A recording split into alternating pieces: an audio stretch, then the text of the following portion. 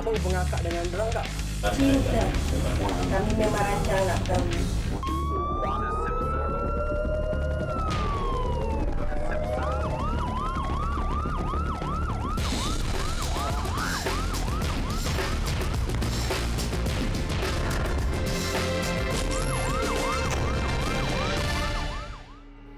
Assalamualaikum dan salam sejahtera. Saudara, mereka menabur janji manis dan meluahkan ayat romantis.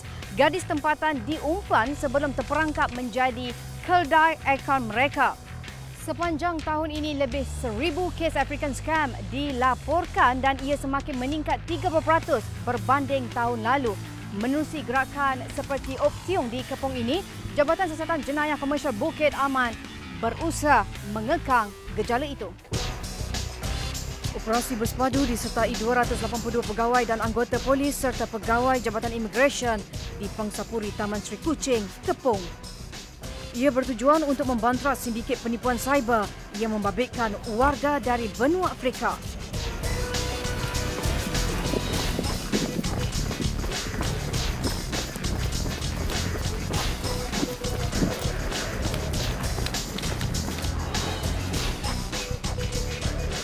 Pemeriksaan ke atas rumah warga asing dilakukan pihak berkuasa berikutan aduan penduduk tempatan yang mencurigai kegiatan harian mereka.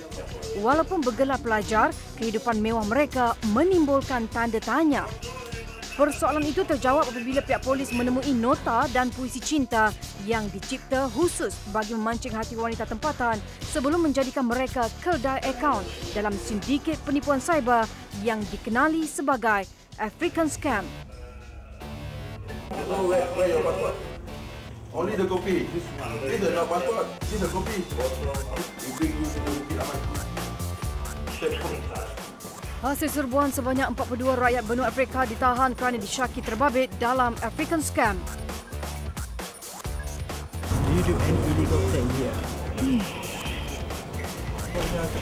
Seorang wanita tempatan yang berada dalam unit Pangsapuri yang diserbu turut ditahan. Terima kasih ya. Atas kerjasama. Okey. Siasatan polis mendapati wanita beranak 3 ini dipercayai antara mangsa terbaru yang terjerat sebagai keldai akaun selepas termakan janji manis teman lakinya dari benua Afrika. Mereka dipercayai tinggal bersama tanpa pengetahuan keluarga. Berapa lama Kak kenal diorang, Kak? 3 bulan. Apa hubungan akak dengan dorang, Kak? Cinta. Kami memang rancang nak kahwin. Apa yang buat akak percaya kat dia, Kak? Pada saya kenal dia, saya cinta dia. Apa dia nak buat, saya tak tengok. Dia pandang cik. Saya cintakan dia. Kebiasaannya, modus operandi sindiket African Scam menyasarkan mangsa wanita atau lelaki tempatan yang dalam kesunyian. Pendatang asing ini akan menggunakan identiti palsu dan mengumpan mangsa dengan ayat-ayat cinta menerusi laman sosial. Nukilan skrip romantis diibarat senjata halus yang boleh mencairkan hati mangsa. Setelah mendapat kepercayaan dengan menabur janji palsu, mangsa akan terpedaya dan mengikut pujuk rayunya. Antara hela yang diguna pakai, perniagaan mengalami masalah dan mereka boleh membantu. Apa yang perlu menyerahkan kad bank atau memasukkan sejumlah wang ke dalam akaun khas yang diwujudkan untuk tujuan penipuan.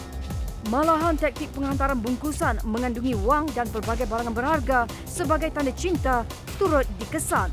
Mangsa kemudian diminta untuk membayar pelbagai bayaran namun barangan yang cuba dituntut tidak dihantar dan suspek akan terus menghilangkan diri bersama duit yang sudah terlepas ke tangan mereka. Jangan sekali-kali mendedahkan maklumat perbankan anda kepada mana-mana pihak. Lepas tu jangan mengakseskan maklumat perbankan anda di kafe cyber atau hotspot yang mana Wi-Fi ini dikongsi oleh orang lain. Kita tidak tahu siapa yang boleh masuk ke dalam sistem itu melalui akses ini.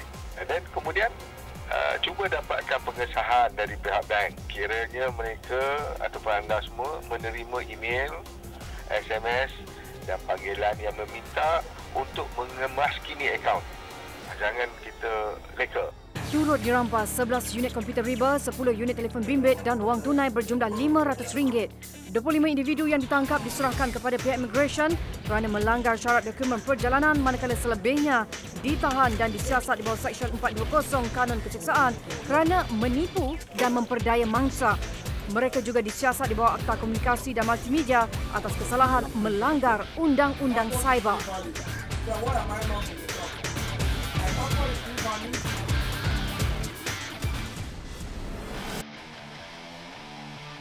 Beg berjenama lazimnya mendapat sambutan terutama ketika jualan murah akhir tahun.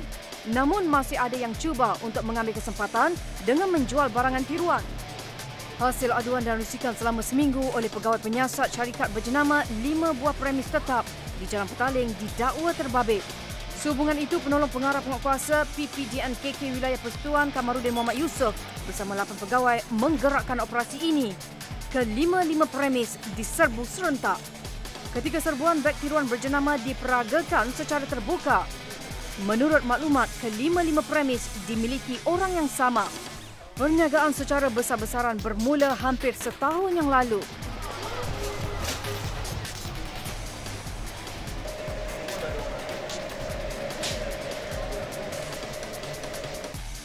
Turut ditahan ketika serbuan seorang pekerja warga asing yang mendakwa dirinya pelajar kolej tempatan dan hanya bekerja di premis tersebut secara sambilan.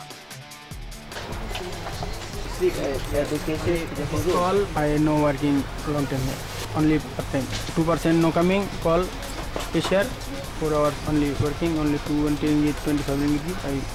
Where's the owner? I don't know. All this bag. Do you know where they came from? Buy okay, no buy no problem, but I don't know. Sebuah stor barangan tiruan turut dikesan di salah sebuah premis. Kesemua beg tiruan yang dijual pada harga sekitar RM2 hingga RM900 dikumpul mengikut jenama masing-masing sebelum dirampas untuk siasatan lanjut. Hasil serbuan lebih 1,000 buah beg dirampas dengan nilai rampasan mencecah hampir RM300,000. Kes disiasat mengikut Seksyen 8(B) Akta Perihal Dagangan 2011. Sabit kesalahan boleh didenda RM10,000 bagi setiap barangan atau 3 tahun penjara. Ini nampak ada amoy. Suka sama suka, boleh macam boyfriend aja dia buat.